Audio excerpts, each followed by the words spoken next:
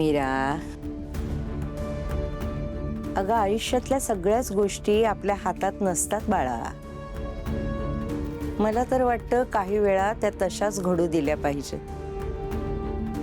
अगं कधी कधी तसं केल्याने आपलंच नाही जगाचं भलं होत असतं. आणि ज्या गोष्टी घडायच्या आहेत ना त्या घडल्याशिवाय राहणार नाहीत बाळा. वाईट गोष्टी घडतानाही त्यात एक नवीन चांगलं घडण्याचा मार्ग असतो. जुनं झाड उमळून पडलं ना की तिथे नवीन झाड उगवतं. मग त्या झाडावर नवीन पक्षी येतात, घरटी बांधतात. हां, आता झाड मोठं होईपर्यंत पक्ष्यांना दुसरीकडे आसरा घ्यावाच लागतो आणि तो मिळतो सुद्धा.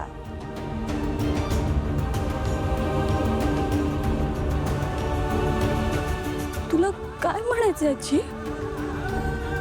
मी बाबांना वाचवण्यासाठी मूल जन्माला घालू? मीरा, तू तुझं कर्तव्य पार पाड बाळा. काय कर्तव्य आहे माझं? शोध. आता तुझं कर्तव्य काय आहे या प्रश्नाचं उत्तर तुझं तूच शोध. हेच तुझं प्रारब्ध आहे बाळा.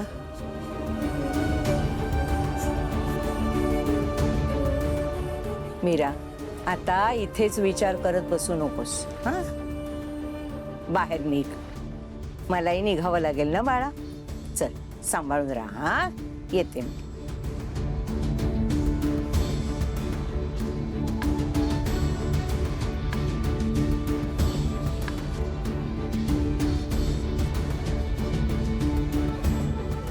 माझं कर्तव्य?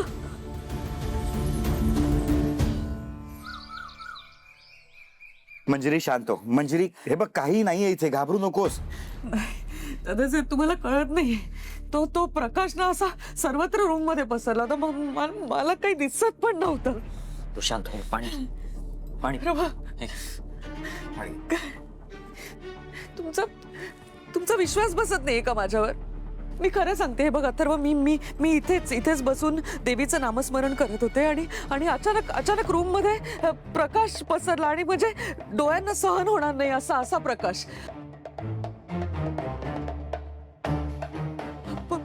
हे बघा, मला खरंच खूप काळजी वाटते. घरात काहीतरी अघटित घडणार आहे. तुम्ही सगळ्यांनी काळजी घ्या. अथर्व, वेदा कुठे आहे? आई, कोणाला काहीच होणार नाही. तू अजिबात काळजी करू नकोस. मी आहे ना, बाबा आहेत. हा, रिलॅक्स रिलॅक्स. मंजिरी, घे पाणी घे. दादासाहेब, हा, काय झालं? अगं मीरा, काही नाही, ही खूप घाबरली. काहीतरी दिसलं असं म्हणते, काही कळत नाही.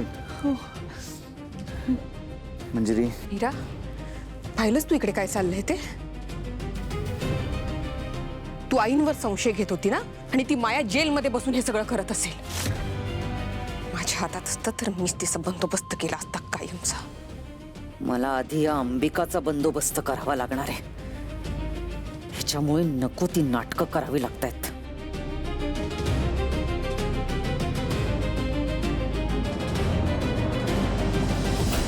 मीरा,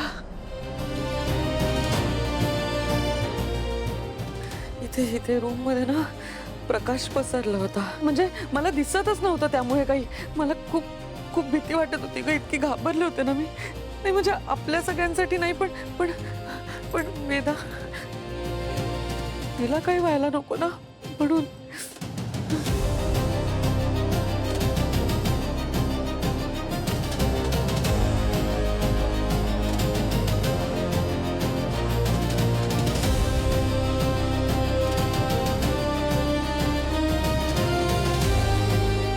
कालमुखमणी तयार आहे वेदाचा काटा काढायला.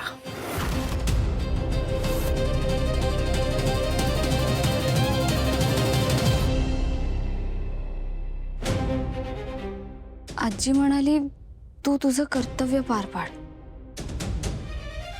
त्याचा शोध घे. हेच माझं प्रारब्ध आहे. पण काय माझं कर्तव्य? मुलगी म्हणून बाबांना वाचवणं की सून म्हणून मूल जन्माला घालणं? आजी स्पष्ट उत्तर देऊन का नाही गेली?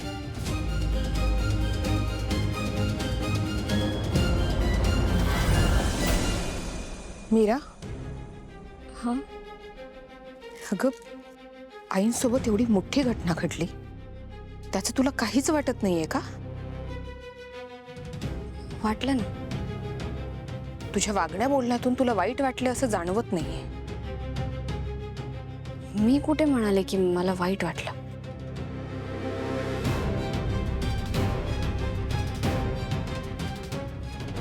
हेच मीरा, तुझं हेच वागणं ना मला अजिबात पटत नाहीये.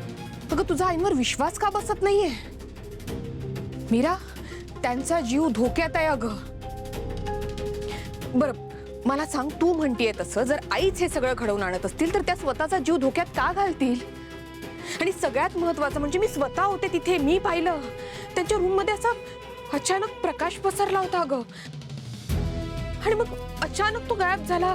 आई घाबरल्या खूप, त्या अशा सोफ्यापर्यंत आल्या होत्या. मीरा, त्यांचा जीव खरंच धोक्यात आहे. मीरा, मी तुझ्याशी बोलतीये, तू ऐकतेस तरी का माझं? ताई, तू हे सगळं का करतेस? का करतेस म्हणजे? काय हेतू आहे तुझा? काय स्वार्थ आहे तुझा? मीरा, स्वार्थ नाही, कर्तव्य आहे ते माझं. बाबांसोबत जे काही झालंय त्याचं तुला काहीच वाटत नाहीये का? मीरा, मी सत्याच्या बाजूने आणि त्यालाच कर्तव्य म्हणतात.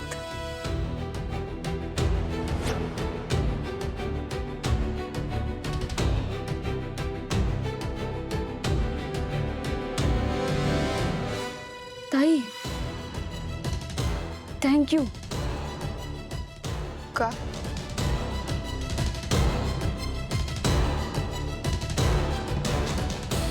सत्याच्या बाजूने उभं राहणं हेच कर्तव्य असतं. मला तुझ्यामुळे कळलं. बाकी सगळं देवी महागौरी बघून घेईल.